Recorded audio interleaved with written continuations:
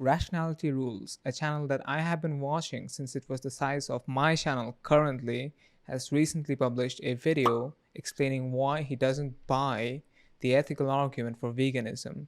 So in this video response, I'm going to try to sell it to him. Let's begin. Now, I'm only going to respond to what I consider the crucial points and not his entire 30-minute video. I'm doing this as responding to the entire 30-minute video would make my video 2 hours long.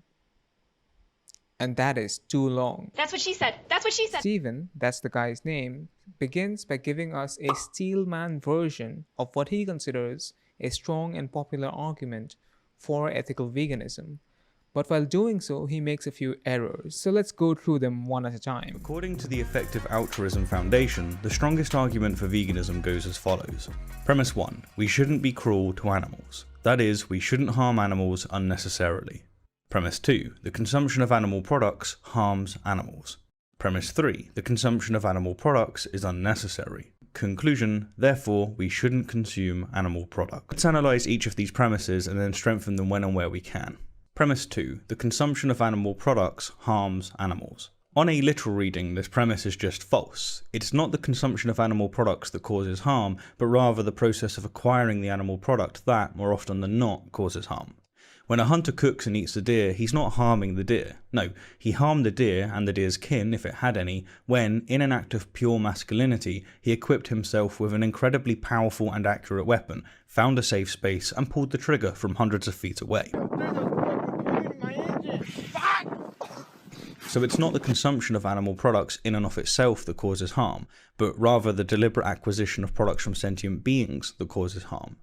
Now, I use the words deliberate acquisition because it carries the connotation of consciously and intentionally obtaining the product, and not necessarily with currency. If, for instance, I did some gardening for someone on the assumption that they'll cook me fish and chips as payment, or at least part of the payment, then make no mistake about it, I would be deliberately acquiring the fish. But suppose instead that I found a dead fish washed up on the beach and decided to take it home and eat it. In this case, is it fair to say that I harm the fish or deliberately obtain the fish?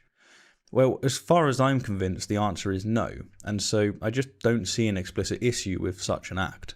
To be clear, I've never done this, but given my understanding of ethical veganism, this seems perfectly consistent with it. No, it is not. You see, Stephen, when you do this, you further the commodity status of non-human animals. You further the notion that animals are some things to be consumed rather than some ones. This notion, in turn, enables people to consume, or to use your words, deliberately acquire the bodies of fish and to consume them. Now, some will argue that taking the fish harms other animals that would have otherwise consumed the fish, and while this objection is worth considering, I think it's ultimately nullified by the fact that vegans also harm surrounding animals when they forcibly occupy land to produce and consume crops. No, it is not the same reason. I have already told you why it is immoral to consume the dead fish washed up on the shore. The reason to consume crops and to accept crop deaths as a consequence is a completely different reason. But we'll get to that later on, as Stephen makes this point again about crop deaths later on in the video. So we'll respond to that then.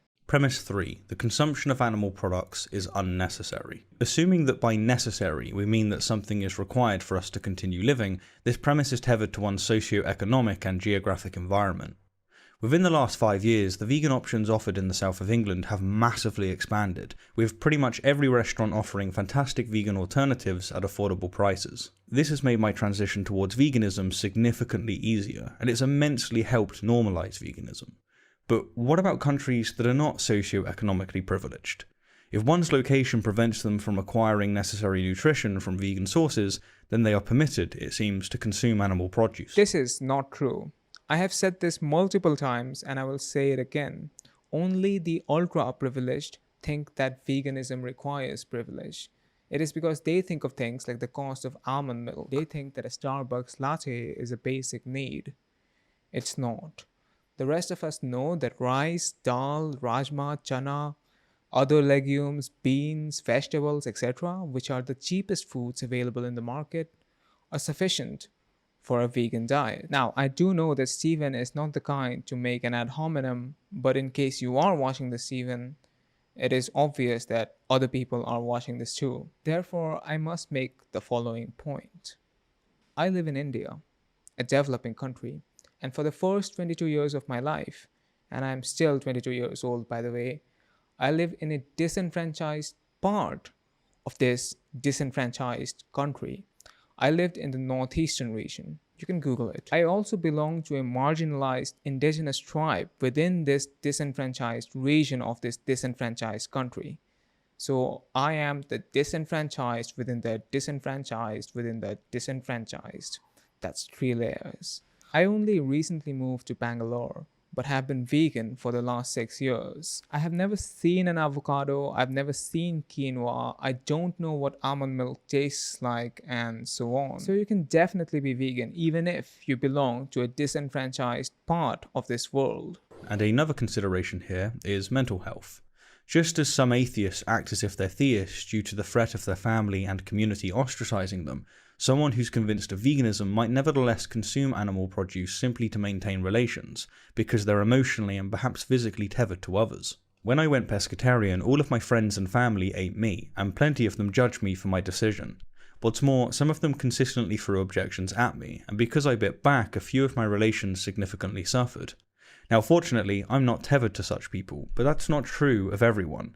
And if we consider mental health as necessary, then this premise is not only subject to one's socio-economic circumstances, but also their mental health. Okay, I will give you two examples here. First, we'll modify Stephen's own analogy to be more accurate, and then I will tell you a little bit about my own life experience, given that I do belong to the kind of group that Stephen seems to be talking about. Merely saying that you are a theist when you are an atheist has little to do with actively harmful action. I'll give you a more accurate analogy relating to this. Stephen in the past has talked a great deal about Islam and how a faith in Islam can make one homophobic.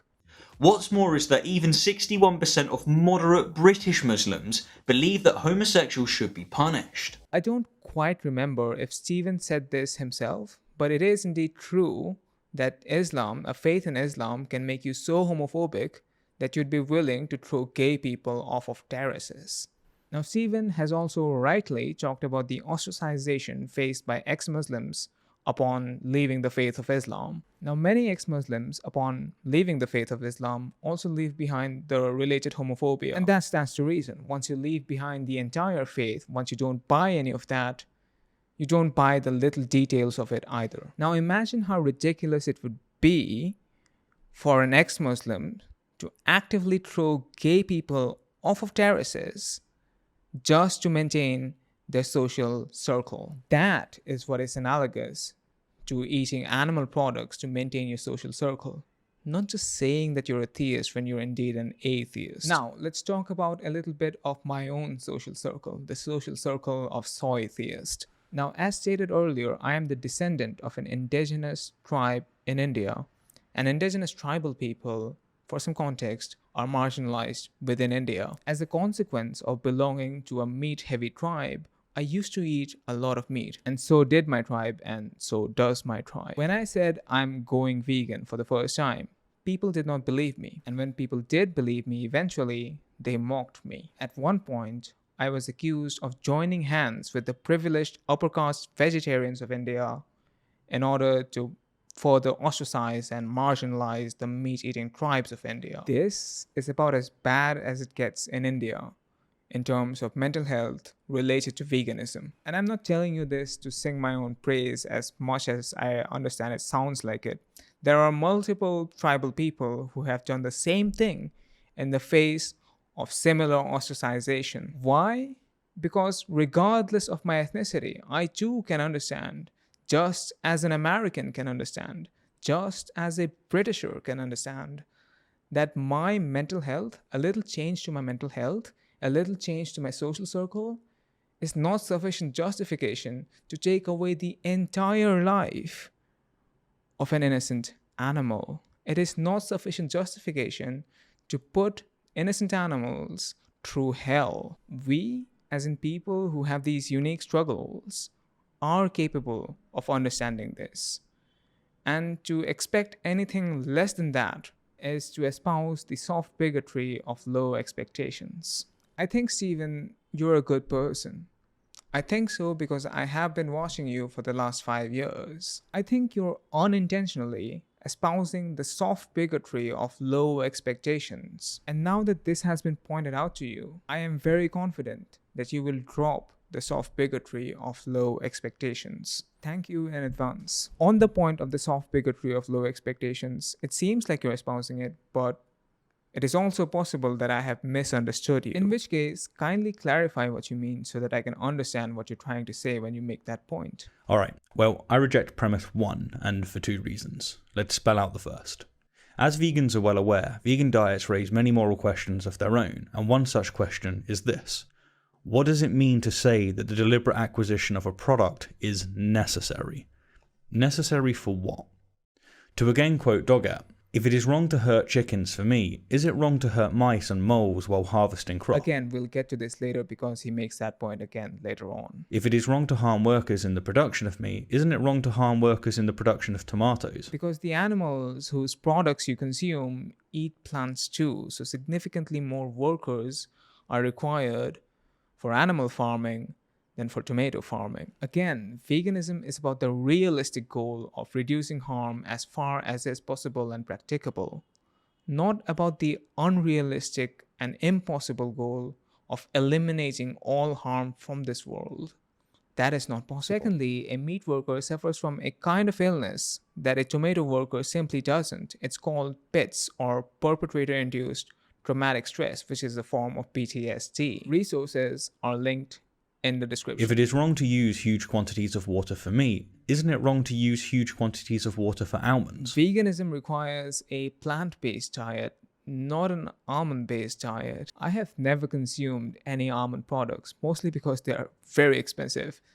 And I have been vegan for the last 6 years. If one has a problem with almonds, they can simply not consume almonds and still be vegan. And I'm not sure of this, and I'm not going to look it up because that's besides the point here, but I think almonds do require less water than meat. I could be wrong there, but that's my guess. I'm taking a guess. So again, the question is, what does it mean to say that a product is necessary? Is it to live? And if so, to what degree? Is it to live a fully healthy life, or just to live at the cost of, perhaps, a reduction of optimum performance and lifespan? Or at least a reduction in some of the foods we enjoy that are technically vegan, such as almonds? Like, seriously, where's the line here? And more importantly, how does one justify this line?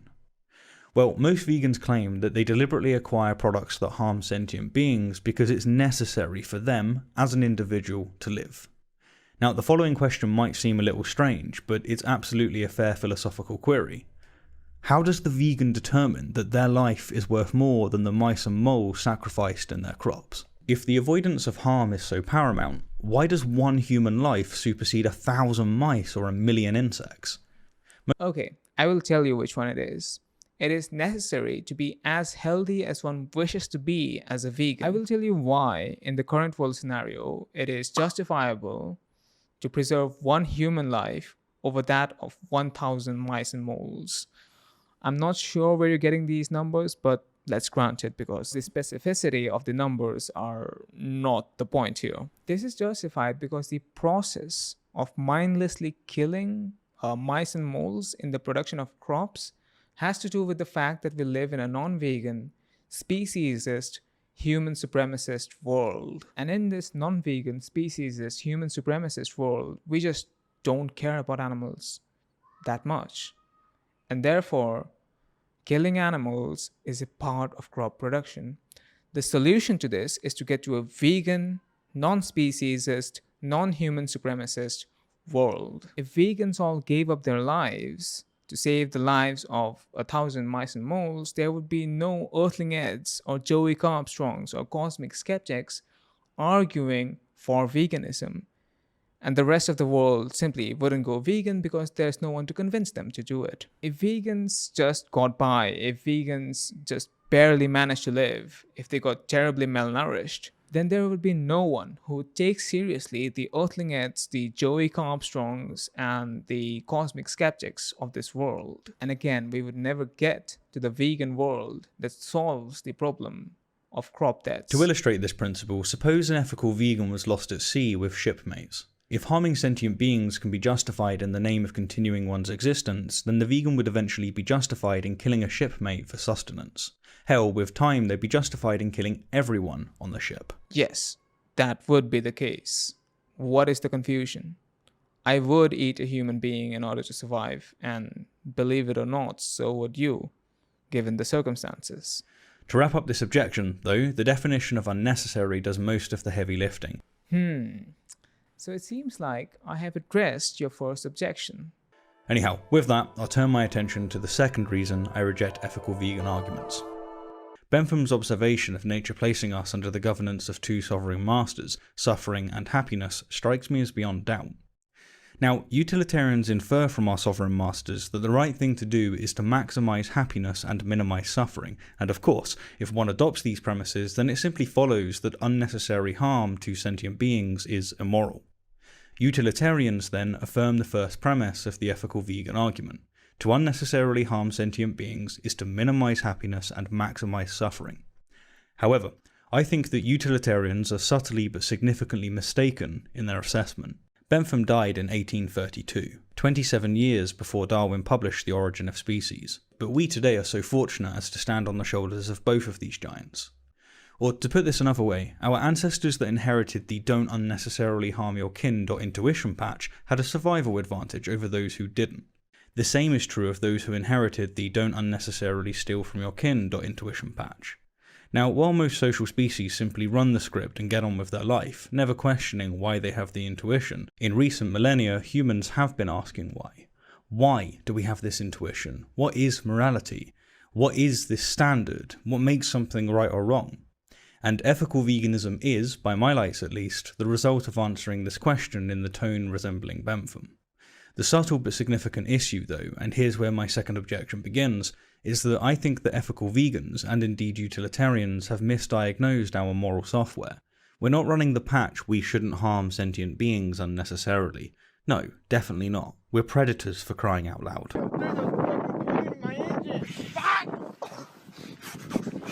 Okay, we're also slave owners for crying out loud. For as long as we've walked on two legs, we have enslaved each other. Indians have been enslaving Indians. Google the caste system. Black people have been enslaving black people. Brown people have been enslaving black people. Black people have been enslaving brown people. White people have been enslaving other white people. Google Slavic people. White people have been enslaving black people. White people have been enslaving South Asians. White people have been enslaving East Asians. White people have been enslaving North Americans. White people have been enslaving South Americans. What on earth is wrong with white people? I'm just kidding. That subtle diss at white people aside, and I promise I don't have anything against present-day white people in general. The point I'm trying to make is that we, as in human beings, have been enslaving each other for as long as we've been walking on two legs. But what we have been doing is not a direction on what we should be doing. Anyhow, to reiterate my view in relation to the argument, I'm rejecting the first premise altogether.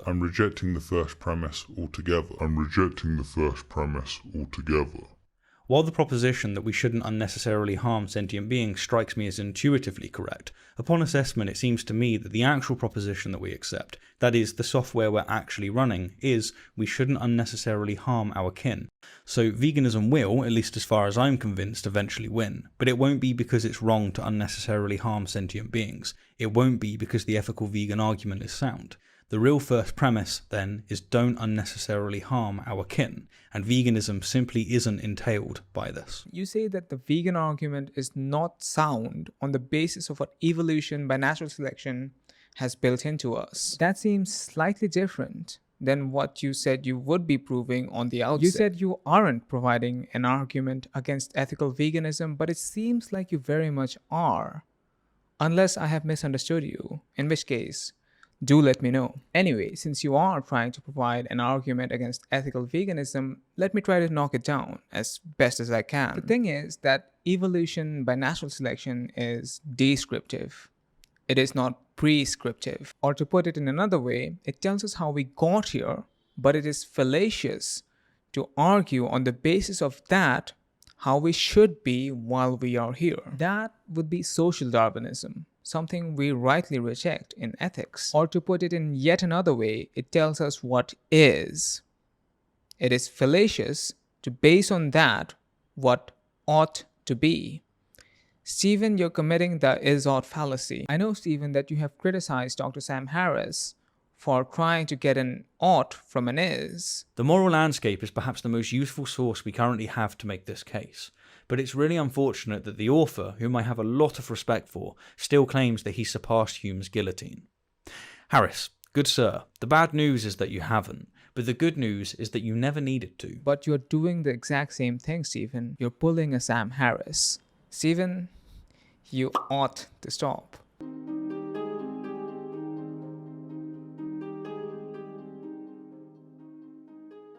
So we're at the conclusion now, and I still haven't really, or at least directly, answered the question of why I'm not vegan.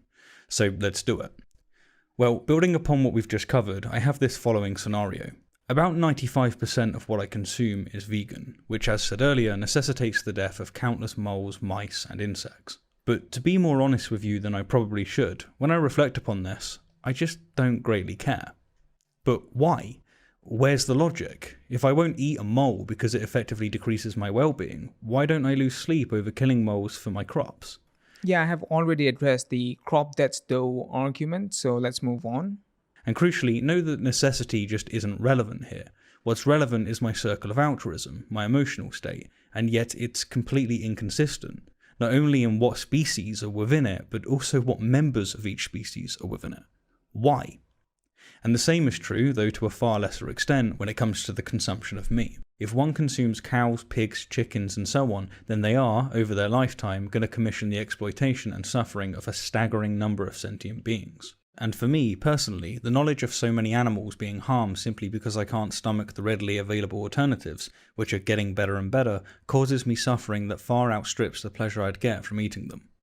But despite the fact that I'm very selective with where I get my dairy from, if I keep consuming dairy, I'll commission the exploitation and suffering of 3 cows. But similar to the mole situation, I'm not tremendously bothered by this. To be clear, I'm certainly bothered, way more than I am about the moles, but evidently not enough. My circle of altruism is completely inconsistent. But that's the thing, that's what I was expressing in the prior chapter. I don't think that our moral software is consistent. Yes, Stephen, you're being very much inconsistent. And I think that you should respect yourself enough to know that you can be morally consistent. I know I certainly respect you enough to know that you can be morally consistent. To my dear audience, if you like this refutation of Stephen Woodford or Rationality Rules, you need to watch this refutation I made of Cosmic Skeptic. Click here to support my channel. Thank you.